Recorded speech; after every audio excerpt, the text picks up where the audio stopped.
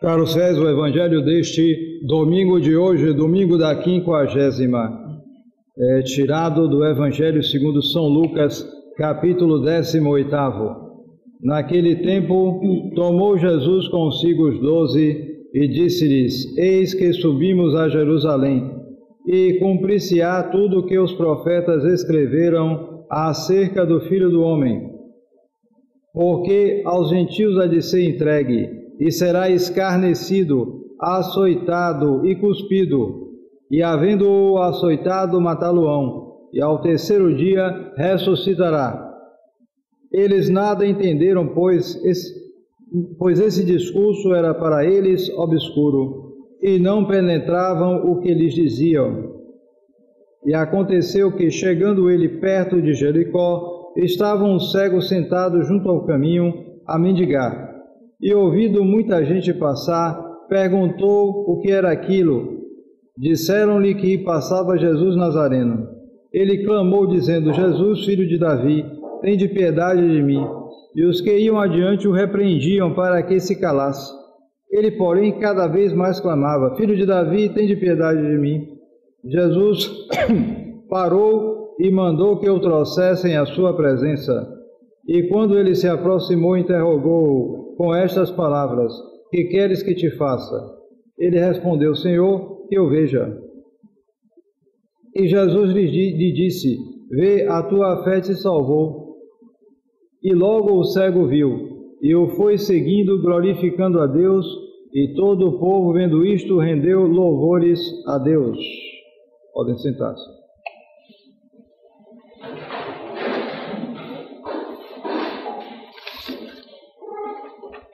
Nós estamos hoje no domingo da 50ª, último domingo do mês de fevereiro, dia 27 hoje. Amanhã será a segunda-feira dentro da semana da 50ª. Terça-feira também igualmente, terça-feira dentro da semana da 50ª. E então na quarta-feira, dia 2 de março, será a quarta-feira de cinzas, próxima quarta-feira. A missa aqui no Mosteiro de Nossa Senhora da Fé será então às 8 horas da manhã. E haverá, antes da missa, a imposição das cinzas. É o início do período da Quaresma, período em que se aconselha, a Igreja aconselha jejum, se aconselha penitências também. Na quarta-feira de cinzas, então, é o dia de jejum e de abstinência de carne. O jejum consiste no mínimo consiste numa refeição muito pequena de manhã, um almoço normal e um jantar maior do que a refeição da manhã, porém menos do que o normal que se faz.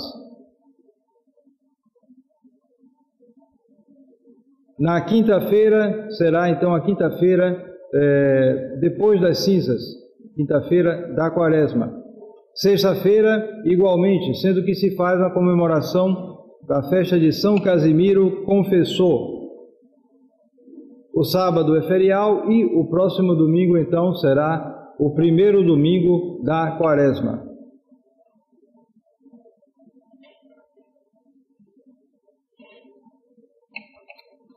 Em nome do Pai, e do Filho, e do Espírito Santo. Amém.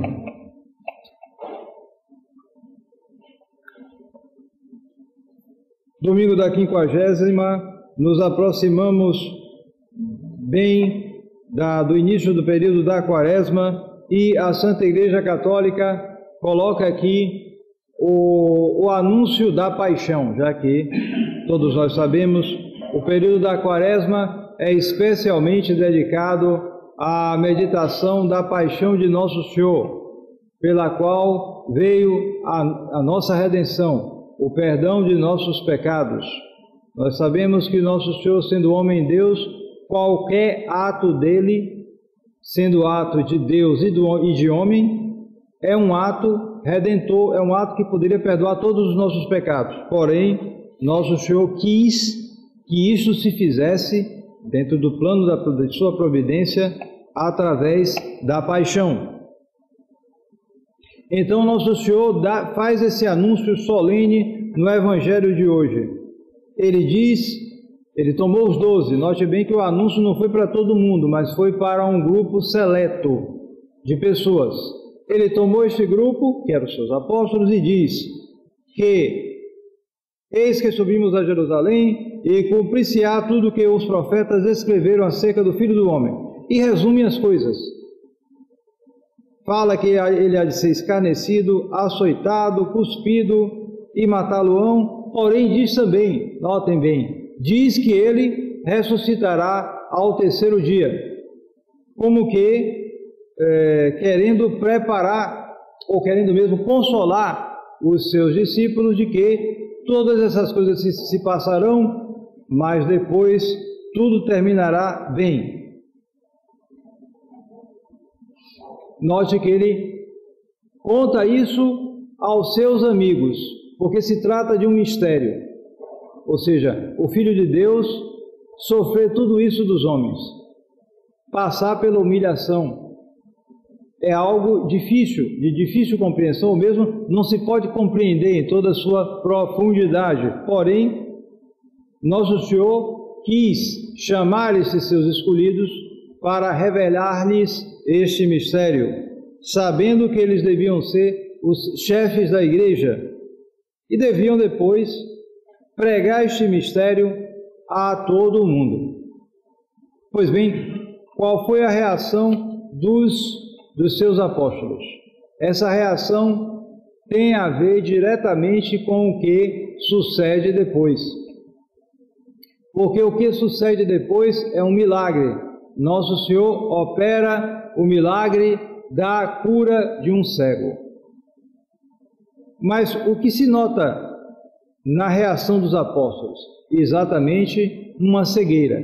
E uma cegueira pior do que a cegueira do corpo, porque é uma cegueira da alma. Os apóstolos, diz aqui o Evangelho, nada entenderam, pois esse discurso era para eles obscuro. Não conseguiam alcançar, simplesmente. Notem bem que nosso Senhor ainda fala da ressurreição. Mesmo assim, eles não conseguem entender, porque nosso Senhor vai padecer. Que motivos? São muitos. As causas são sempre mais difíceis do que o diagnóstico. Às vezes a pessoa descobre o que a pessoa tem, mas a causa é sempre difícil. Então, primeiro se pode mencionar entre as causas o famoso e conhecido patriotismo judeu desviado das suas finalidades, que levou à perdição da grande maioria do povo judeu. Esse patriotismo desviado é tão forte que ele se manifestou até na ascensão de nosso Senhor.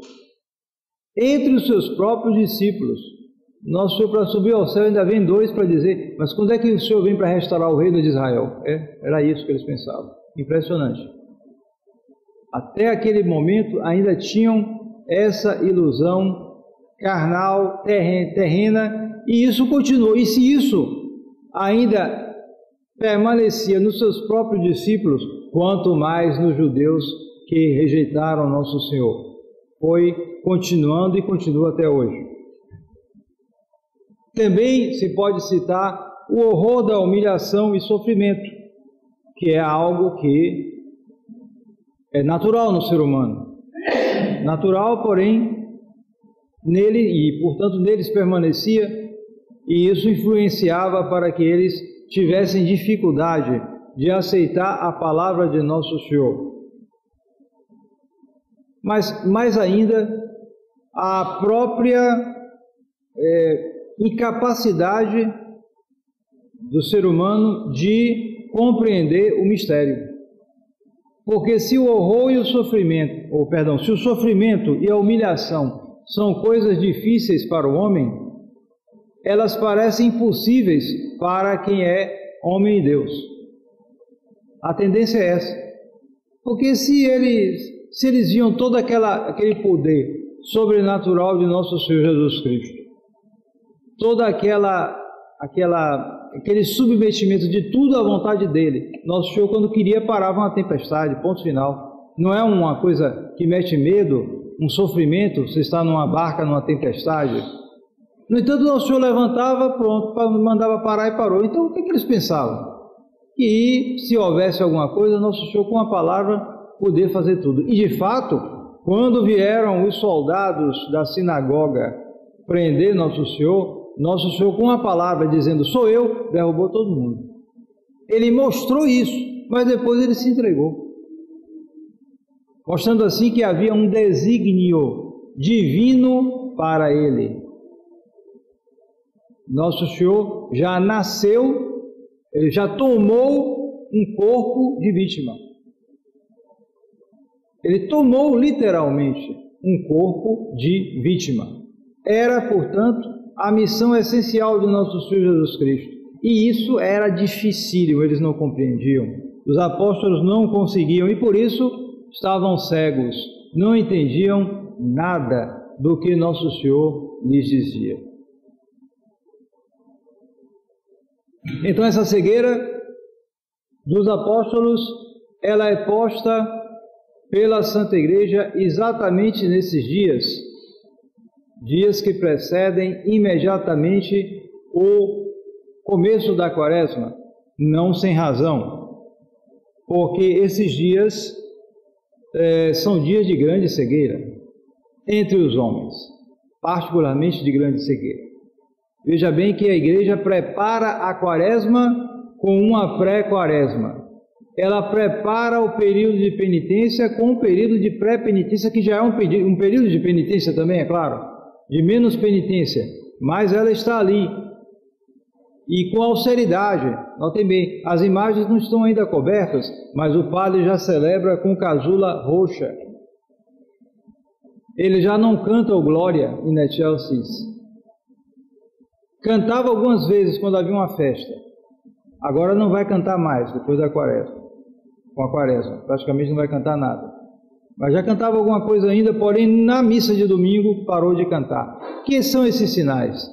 Esses sinais demonstram uma maior austeridade da Igreja, que vai nos preparando pouco a pouco para entrar no período da Quaresma, no período de penitência.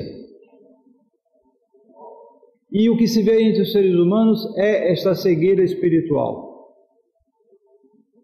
Essa cegueira, ela pode se dividir em 3 grupos. Os primeiros, que talvez sejam não sei se são os mais numerosos, mas pelo menos nesse período são os mais numerosos. São aqueles que abertamente repelem nosso Senhor Jesus Cristo. Por quê? Porque estamos no período que é, infelizmente, tradicionalmente, reservado ao Carnaval. E no Carnaval se toma exatamente a direção oposta da direção que a Igreja propõe aos fiéis na pré-Quaresma, que eu acabei de dizer a vocês, de escrever a vocês. Se vai a passos progressivos se introduzindo na penitência, através de uma austeridade progressiva. Ora, o Carnaval é o desbridamento de todos os vícios, é o tempo dedicado ao pecado, é o tempo dedicado à dissipação, à loucura. O próprio nome folia já indica. Folia, em francês, folia é loucura. Então é um tempo que já tradicionalmente, as más tradições, né? Porque é uma tradição já, se dedica a isto, em que o demônio toma conta das almas dos povos e desvia tantos corações, faz uma multidão se perder. Então estes rejeitam abertamente a Nosso Senhor e são o primeiro grupo. Estes claramente não querem saber de Nosso Senhor. A cegueira aí é plenamente voluntária, ela é mesmo afetada. E, portanto, ao invés de diminuir, aumenta o pecado. Porque às vezes tem pessoas que têm tendência a dizer, fulano não peca porque ele não está vendo, ele está cego. Não. É verdade que pode haver certos casos em que diminui, mas em muitos casos essa cegueira é voluntária, é fruto de vício. E, portanto, ela é pecaminosa. E nesse caso aqui é muito claramente isso aparece. Mas é o segundo grupo, que é o grupo daqueles que não são tão ruins assim e querem até seguir nosso Senhor e o seguem. Porém, segue até o momento em que eles têm que compartilhar a cruz deles com nosso Senhor. Hoje se compartilha tudo na internet, menos a cruz de nosso Senhor na vida real. Não se compartilha. E quando ocorre isso, então a pessoa não quer se submeter à realidade onde se manifesta a vontade de Deus, e então se revolta e entra num processo de afastamento, que implica, ou seja, que traz consigo, melhor dizendo, uma cegueira. A pessoa fica cega, ela não compreende mais, ela mesmo pode chegar a negar Deus ou, na prática, se afastar de Deus por causa de sofrimentos que ela passou. Então, se vê pessoas às vezes que se afastaram da religião verdadeira e quando são perguntadas o motivo, eles contam alguma catástrofe. Alguma coisa ruim que lhes sucedeu e que lhes fez perder a fé. Muitas vezes isso é somente ilusório, como o caso daquele rapaz que foi na América, foi no México, parece. Se encontrou com um padre no ônibus e o padre perguntou se ele era católico, isso aqui. Ele disse: não, eu deixei tudo porque meu irmão fazia as 9 primeiras sextas-feiras e ele se suicidou. Morreu de suicídio, né? E o motivo era esse. Tinha ocorrido essa cruz com ele, ele não queria compartilhar, então largou a fé, passou a ter uma vida mundana. Então o padre perguntou a ele se tinha muito tempo. Não tem tanto tempo não, e começou a perguntar quando foi isso, aquilo e tal. E como foi? Ele se jogou do prédio. Foi mesmo? Quando é que foi isso? Em que lugar? Resultado, o padre tinha passado no momento, viu e ainda teve tempo de dar absolvição àquele suicídio. Era o padre que estava conversando com ele. Então foi ilusão dele, né? Mas outros passam por cruzes desse tipo e deixam tudo, não suportam. Sobretudo quando é com ele só, uma coisa pessoal, então eles desistem de lutar contra o pecado e se entregam à vida ruim e a cegueira se instala neles. E o terceiro grupo é o grupo que não aguenta a provação. É o grupo que cede à tentação. Quando vem uma tentação, eles não suportam. Eles são tão levianos, tão apegados a esse mundo, que, mesmo se convertendo e seguindo a nosso Senhor, eles não suportam os atrativos desse mesmo mundo. Essa gente, muitas vezes, vai para o carnaval.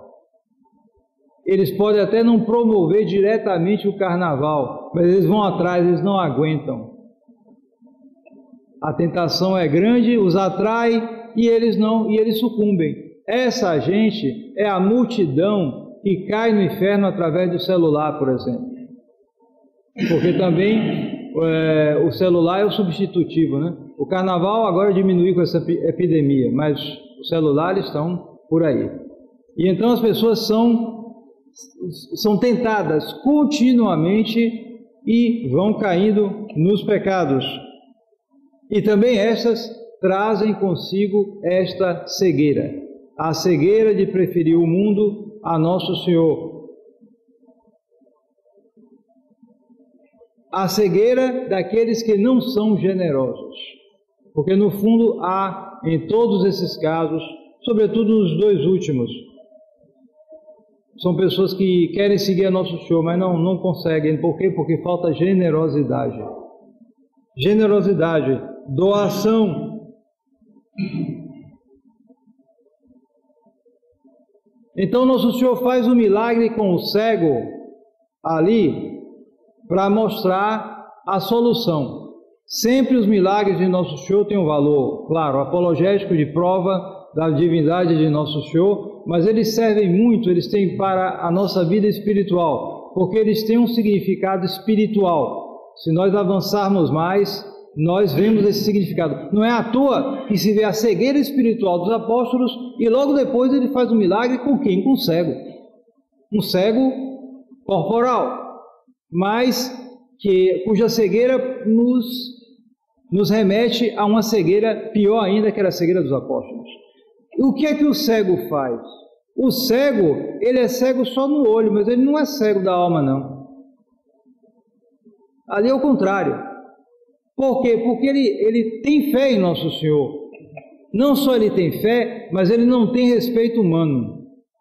Ele começa a gritar, e os que estão perto dele dizem para ele calar. O cego, ele é um ser muito diminuído, ele não vê as coisas. Então ele pode ter tendência a ter medo de outros que são melhores do que ele, afinal de contas vê e ele não vê nada. E ele era um mendigo, um sujeito humilhado, porque naquele tempo um cego, o jeito era esse, né? Então era um sujeito humilhado, era alguém que podia ser, só bastava dar um carão, cala a boca rapaz, ele ia calar, mas ele não calou.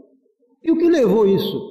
A fé que ele teve em Nosso Senhor. Portanto, ele teve a luz da visão da alma, que é a fé. Teve fé em Nosso Senhor e clamou pela cura. E Nosso Senhor foi lá e o curou. Pronto. É isso que Nosso Senhor queria dele, para que ele fosse curado da cegueira dos olhos. E é isso também que ele quer de nós, para que nós sejamos curados da cegueira da alma. Ele quer essa fé viva que enfrenta as opressões, as brincadeiras, a opressão em geral que o mundo nos opõe. Uma fé que não tem respeito humano é exatamente isso, que nos leva a ter uma visão nova das coisas com relação ao sofrimento. Essa visão que nos faz ver que o sofrimento, primeiro, é uma expiação para o pecador, muito pecador. Acho que todos os pecadores que se converteram através do sofrimento. E muitas vezes isso se manifesta por um golpe pesado, daqueles que deixa a pessoa no chão. Sobretudo pecadores que passaram muito tempo numa vida errada, ou distante, ou indiferente, eles muitas vezes acabam levando um golpe. E esse golpe é o instrumento que Deus se serve para convertê-los. E depois os sofrimentos de toda a nossa vida, que passam a ser, por essa conversão, um instrumento de expiação. Os pecadores expiam seus pecados através do sofrimento. E se não expiarem tudo aqui, vão expiar através do sofrimento e através de sofrimentos muito maiores no purgatório. Não tem jeito. Aquele pecador que se converteu, está na graça de Deus e que não tem uma vida de grandes sofrimentos. Bom, sofre como qualquer um, mas não tem grandes sofrimentos. Prepare-se para um purgatório terrível. Pode se preparar. Porque só tem esse jeito, o sofrimento. É pelo fogo que o ouro se acrisola.